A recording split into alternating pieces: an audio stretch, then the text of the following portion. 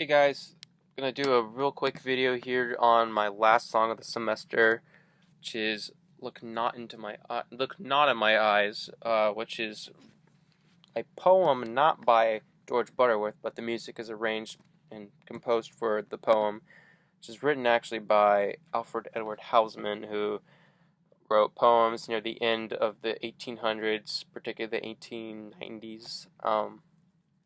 And these poems grow to a rapid popularity among young readers.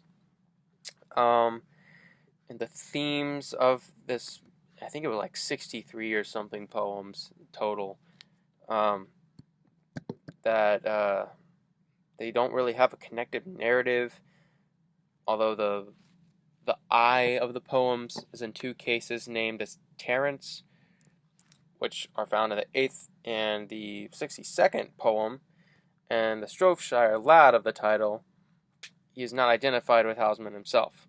So we got Terence and the Shropshire lad. Collection begins with an imperial theme by paying tribute to the Shropshire lads who have died as soldiers in the service of the Queen Empress as her golden jubilee. Celebrated with a beacon of bonfire on Clee Hill, there is little time for a lad to live and enjoy the spring. Death awaits the soldier. Maids are not always kind, and there is little time for a lad to live and enjoy the spring. I already said that. And the love and renewal may be false. So, I mean, a lot of themes about being young and being involved in war and loss, and their conversations beyond the grave, and it's pretty deep stuff. And let's talk about settings of this 63 poem situation here. So this cycle of 6 of the poems, I think, came out in 1911. Yes, Opus 22, 1911, by Butterworth. Yeah. Butterworth was particularly drawn to Housman's poems, comprising within a short period of the 6 songs from a Shropshire lad. So yeah, this was written right before World War I, and it's kind of interesting to me that these themes kind of reflect what eventually happens to a bunch of men that entered that war. And I know that war is nothing new, but I mean, that was the biggest war of the world, because it was called the World War, of course. But I don't think that these themes were felt all across the world as much as they are after the fact that these songs came out. I mean, you can relate to maybe like the Civil War or something, but I mean, some ungodly amount of people died in World War One. It might have even outnumbered World War II casualties. I'm an amateur historian, but I don't know the numbers. So I think it's interesting that in 1911, because let's see, the U.S. got involved in 1914 to 1919. I'm not sure if the rest of the world was going into mayhem yet. When did Archduke Ferdinand get shot? Archduke Ferdinand assassination. Because that started it off. That was in 1914. So this prefaced the entire war, which is pretty cool.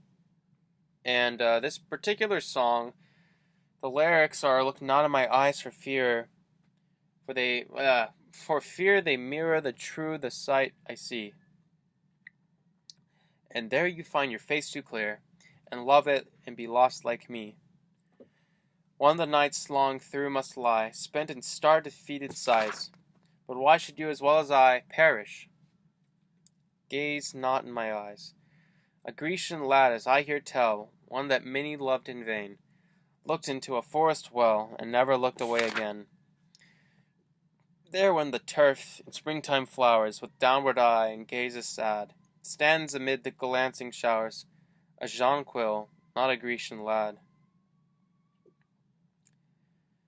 It seems like it's implying that this person used to be alive, there's another song in the same cycle that specifically is between one guy who's dead and one guy who's telling the dead guy this is what's going on. But this seems more reflective of a piece. I haven't quite gotten a poetic interpretation for myself yet because I don't think it's very clear, and I've looked up interpretations and there's almost none. So perhaps I'll figure this out by next week where I have to perform this.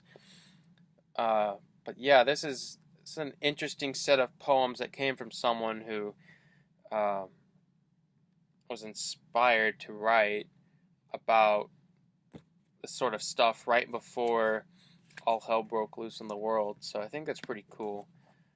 That's about it. I mean, the song is musically, it's diatonic. It's in 5/4, which is a little weird, which might be akin to the fact that this is a reflective piece and there are moments that are not perfect or are irregular because of the odd nature of maybe being not in the moment of uh, what's going on, and that reflecting is adding maybe a beat or two just for that sort of reason. Um, I mean, I think it's a lovely piece just musically. I mean, I had six to choose from, and I ended up choosing this one. So there's some moments of 6/4 also, so it might just be more of a phrasing thing. But I think it's interesting the backstory behind it and the context and that it was written.